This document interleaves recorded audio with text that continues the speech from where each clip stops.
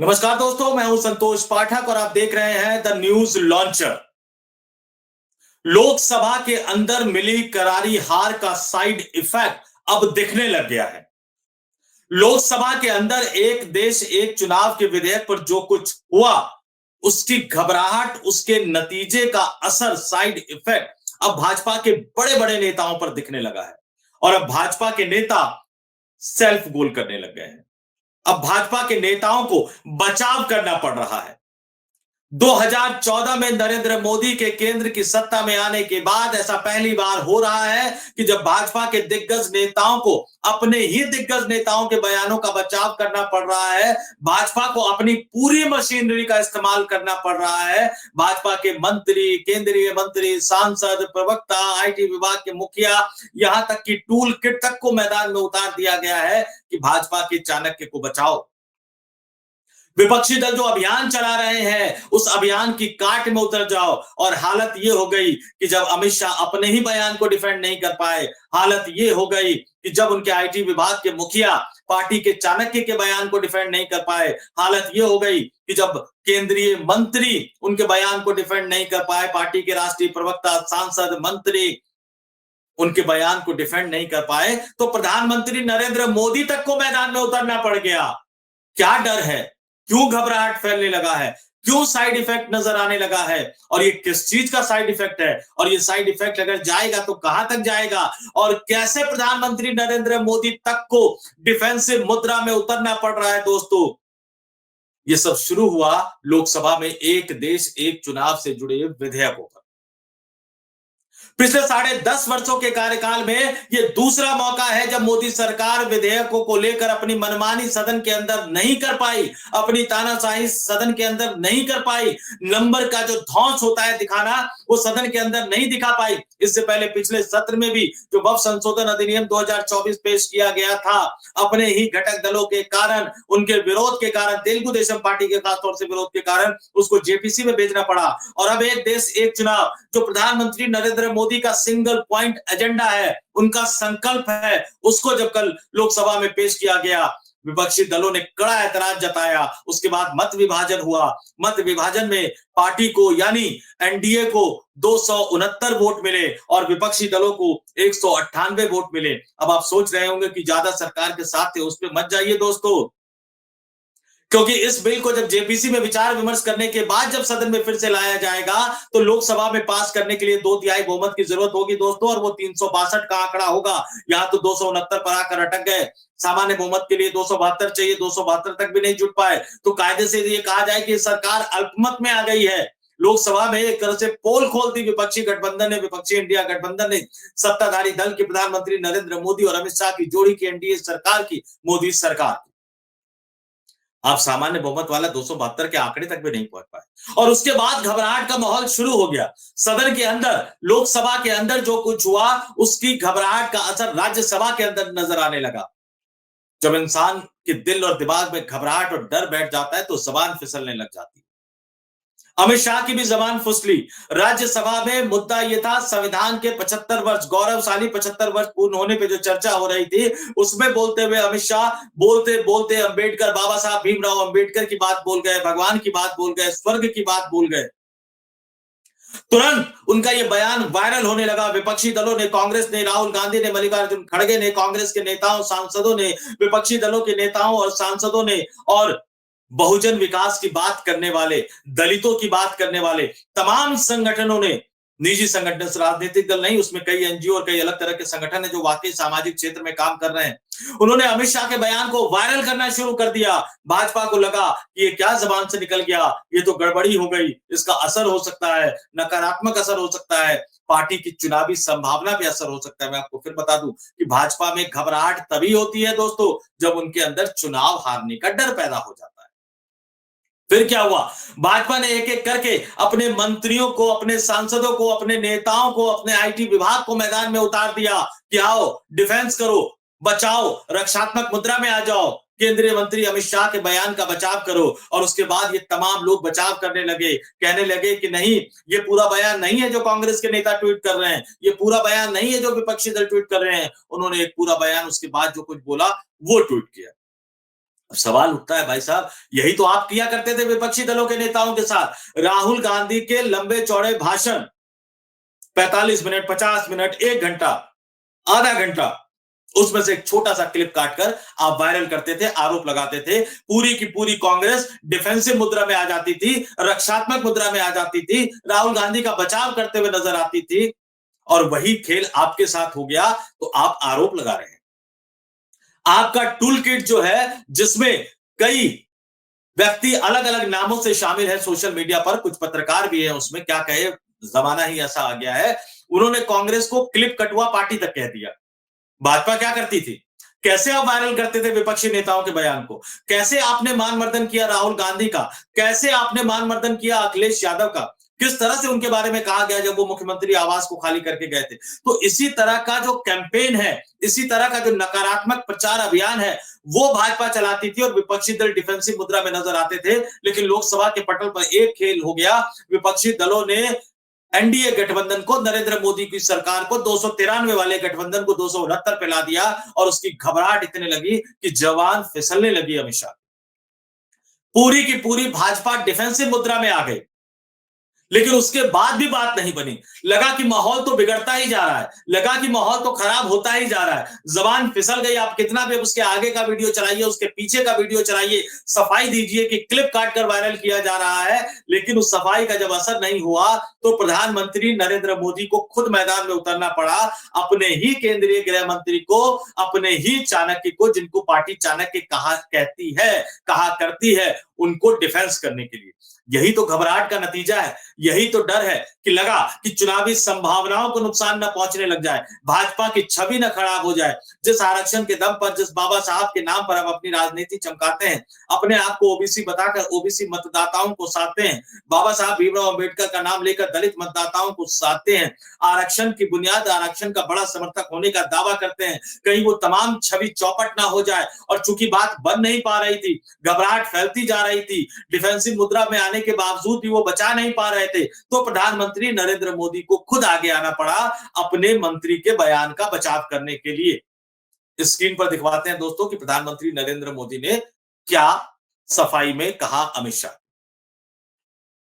Screen पर देखिए दोस्तों, प्रधानमंत्री नरेंद्र मोदी के दो ट्वीट हम आपको दिखा रहे हैं। पहला ट्वीट देखिए क्या लिखा उन्होंने, प्रधानमंत्री नरेंद्र मोदी ने, if the Congress and its rotten ecosystem think their malicious lies can hide their misdeeds of several years, especially their insult towards Dr. Ambedkar, they are gravely mistaken. The people of India have seen time and again how one party led by one dynasty has indulged in every possible dirty trick to obliterate the legacy of Dr. Ambedkar and humiliate the SC/ST communities। ये प्रधानमंत्री नरेंद्र मोदी का पहला tweet है।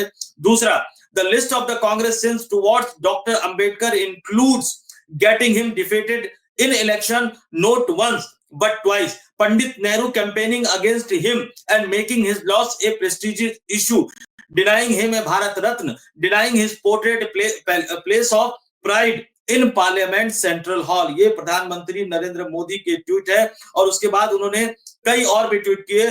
Congress can try as they want but they can't deny that the gross massacres against SC/ST communities have happened under their regime for years.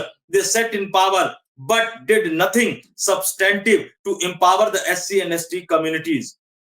उसके बाद आगे वो defence कहते हुए क्या कह रहे हैं, अमित शाह का बचाव करते हुए क्या कह रहे हैं, in parliament Home Minister Amit Shah ji exposed the Congress dark history of insulting Dr. Ambedkar and ignoring the SC/ST communities. They are clearly stunned and stunned by the fact he presented, which is why they are now indulging in theatrics. Sadly for them, people know the truth। एक के बाद एक प्रधानमंत्री नरेंद्र मोदी लगातार tweet करते गए। पूरी tweets की उन्होंने श्रृंखला बना दी, एक्स पर वो पोस्ट करते चले गए। और इतनी ज्यादा पोस्ट अगर प्रधानमंत्री के एक्स हैंडल से हो रही है, जिसको पहले ट्विटर हैंडल के नाम से जाना जाता था, ट्विटर के नाम से जाना जाता था, तो आप सरकार के अंदर, प्रधानमंत्री के अंदर, गृह मंत्री के अंदर, पूरे भाजपा सरकार के अंदर, एनडीए की सरकार के अंदर किस तरह का घबराहट का माहौल है, उसका अंदाजा आप लगा सकते हैं दोस्तों। लेकिन ये घबराहट का माहौल सिर्फ अमित शाह ने नहीं पैदा किया। इस तरह का माहौल जबान सिर्फ अमित शाह की नहीं फिसली, और मैं जब जवान फिसलने की बात कर रहा हूं तो यहां एक बात को पूरी तरह से स्पष्ट कर दूं कि अमित शाह के साथ जो हुआ वो बखूबी जानते थे। हालांकि इससे पहले विपक्षी दल ऐसा बहुत कम करते थे, लेकिन वो बखूबी जानते थे क्योंकि उन्होंने खुद उनकी पार्टी ने विपक्षी दल के नेताओं के साथ ऐसा किया था। उनको ये जानकारी थी, उनको ये पता था कि इस तरह की भाषा का इस्तेमाल करेंगे तो वो वायरल होगा। उसके आगे की बात छोड़िए, पीछे की बात छोड़िए, वो तमाम चीजें आप सफाई देते रहिए, लेकिन उनको अंदाजा था, फिर भी जबान फिसल गई क्योंकि दिमाग में जो लोकसभा में हुआ था दिन में, वो चल रहा था। लेकिन लोकसभा में जो हुआ क्या उसका अंदाजा भाजपा को पहले से नहीं था? निश्चित तौर पर भाजपा के नेताओं को उसका अंदाजा पहले से हो गया था और यही वजह थी कि उनकी जुबान लगातार फिसलने लगी थी। भाजपा के राष्ट्रीय अध्यक्ष जेपी नड्डा साहब केंद्रीय मंत्री भी है, राज्यसभा में सदन के नेता भी हैं। हालांकि भाजपा में नियम है कि एक व्यक्ति एक पद का सिद्धांत है, लेकिन कार्यकाल उनका लगातार बढ़ता चला जा रहा है। सूट करते हैं वो क्योंकि चूक नहीं करते। जो कहा जाता है वो कर देते हैं।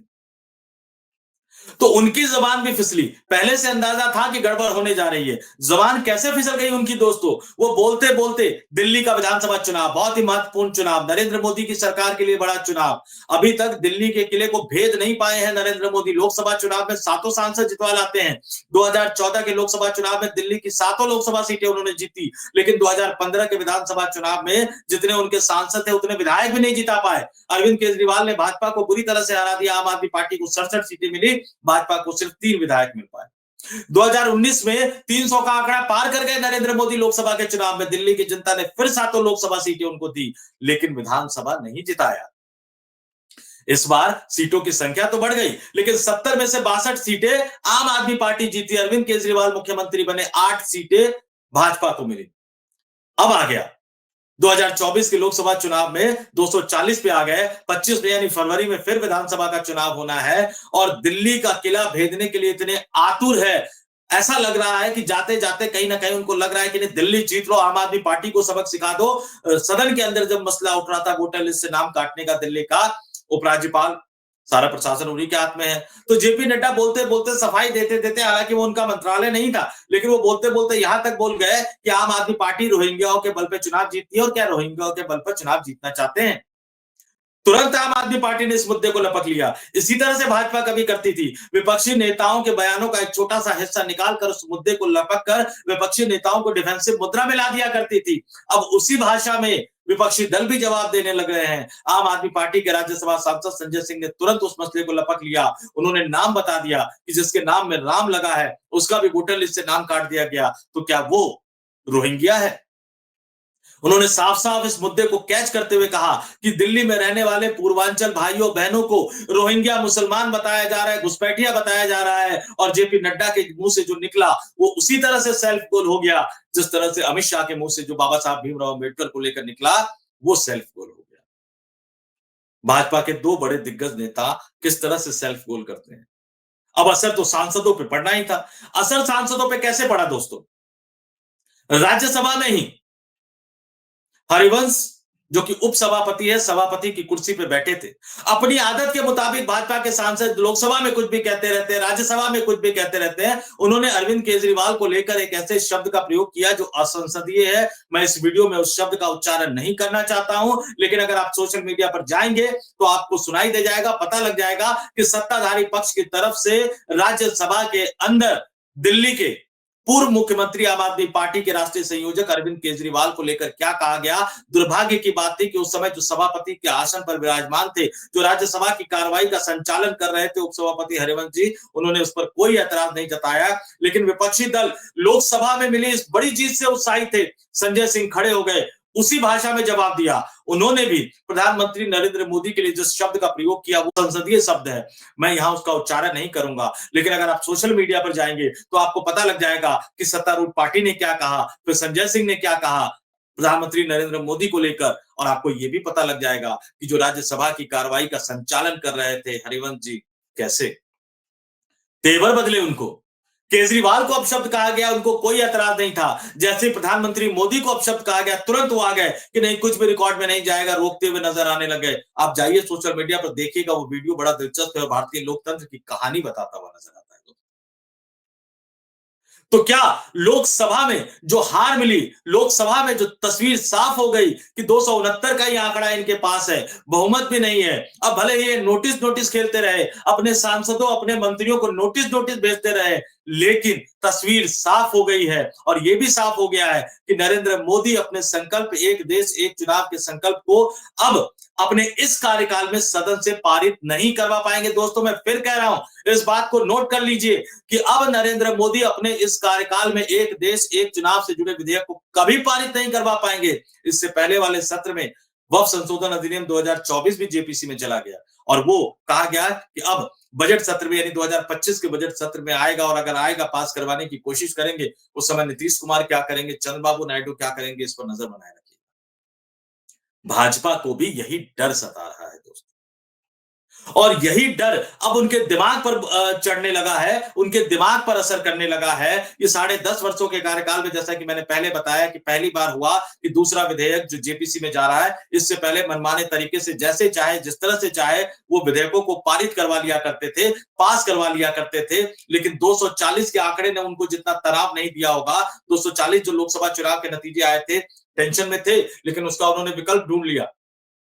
तमाम प्रक्रियाओं को दरकिनार करते हुए भाजपा के संसदीय दल यानी सांसदों की बैठक बुलाने से पहले एनडीए के सहयोगी दलों के अध्यक्षों की बैठक 7 लोक कल्याण मार्ग यानी कि प्रधानमंत्री आवास पर बुलाई गई और जब ये बैठक के लिए पहुंचे तो एक कागज उनके सामने रख दिया गया हस्ताक्षर करने के लिए, जिसमें ये कहा गया कि वो नरेंद्र मोदी को बधाई देते हैं और नरेंद्र मोदी को फिर से अपना नेता यानी एनडीए गठबंधन का नेता चुनते हैं, यानी प्रधानमंत्री चुनते हैं। ये भी अपने आप में पहली बार हुआ था। उसके बाद संसदीय दल की बैठक बुलाई गई, पुराने संसद भवन के सेंट्रल हॉल में बुलाई गई, जिसको अब संविधान सदन के नाम से पुराने संसद भवन को जाना जाता है, उसके सेंट्रल हॉल में बैठक बुलाई गई। लेकिन वो भाजपा संसदीय दल की बैठक नहीं थी दोस्तों, वो एनडीए संसदीय दल की बैठक थी, जिसमें नरेंद्र मोदी को नेता चुनने की औपचारिकता पूरी की गई। आनंद फानन में ये सारी प्रक्रिया की गई क्योंकि डर था कि कहीं कोई और खेल ना कर दे, पार्टी के अंदर कोई खेल ना हो जाए, नागपुर से कोई खेल ना हो जाए, तो आनंद फानन में इन तमाम चीजों को पूरा कर लिया गया। लेकिन उसका असर अब दिखने लगा है। अब आपके बिल आप मनमाने तरीके से पास नहीं करवा पा रहे हो, जेपीसी में भेजना पड़ रहा है, मजबूरी में भेजना पड़ रहा है। मशीन का खेला, पर्ची का खेला, मशीन में क्या आंकड़े आए, पर्ची में क्या आंकड़े आए, ये तो आप सबको पता होगा, आपने पढ़ लिया होगा। हमने ही इस पे वीडियो बनाया है, आप उस पे जाएंगे तो देखेंगे, वो भी खेला बड़ा दिलचस्प है। लेकिन यहां अब जो हार हुई है, उस हार की खीज, हार की हताशा अब दिलो दिमाग पर चढ़ने लगी है और इसी की वजह से भाजपा नेताओं की जबान अब फिसलने लगी है, घबराहट बढ़ रही है, सेल्फ गोल कर रहे हैं और आखिरकार प्रधानमंत्री नरेंद्र मोदी तक को बचाव में उतरना पड़ रहा है, डिफेंसिव मुद्रा में उतरना पड़ रहा है। ये विपक्षी गठबंधन की, इंडिया गठबंधन की एक बड़ी जीत है दोस्तों। और अगर इसी तरह का टेम्पो वो बनाए रखते हैं तो निश्चित तौर पर भाजपा के लिए, भाजपा की हताशा, भाजपा नेताओं में जो घबराहट है, वो इस तरह का माहौल लगातार बढ़ता जाएगा। मैं जाते जाते फिर आपसे एक बात कह रहा हूं, आपने बयान के आगे क्या बोला, आपने बयान के पीछे क्या बोला, इस तरह की सफाई देने से पहले याद कीजिएगा कि आपने विपक्षी नेताओं के बयानों को काट काट कर, एडिट कर कर कर इसी तरह से सोशल मीडिया पर प्रचारित प्रसारित कर भारतीय लोकतंत्र की गरिमा को चोट पहुंचाई थी, भारतीय लोकतंत्र की गरिमा को नुकसान पहुंचाया था। और आज ये भी दुर्भाग्यपूर्ण स्थिति है, लेकिन विपक्षी दल आपसे आपकी भाषा में बात कर रहे हैं, आपको आपकी भाषा में जवाब दे रहे हैं, तो आपको समझ आ रहा है, दर्द हो रहा है, दिक्कत हो रही है, घबराहट हो रही है, डर पैदा हो गया है, डर बढ़ता चला जा रहा है। पहले जनता ने सबक सिखाया, अब विपक्षी दलों ने, इंडिया गठबंधन ने लोकसभा के अंदर आपको सबक सिखा दिया। और अगर आप कि सरकार जिन सहयोगियों के बल पर टिकी हुई है, नीतीश कुमार और चंद्रबाबू नायडू, अगर उन्होंने भी सोच लिया कि वक्फ संशोधन पर सबक सिखाना है, एक देश एक चुनाव पर सबक सिखाना है, तो फिर खेल खत्म।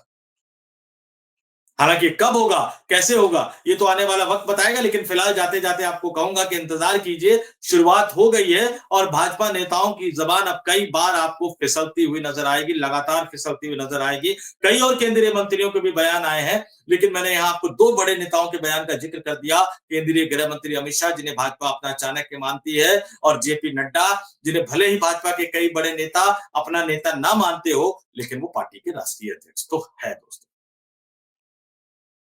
तो फिलहाल इस वीडियो में इतना ही। मुझे यानी संतोष पाठक को दीजिए इजाजत और आप लोग देखते रहिए द न्यूज लॉन्चर। नमस्कार।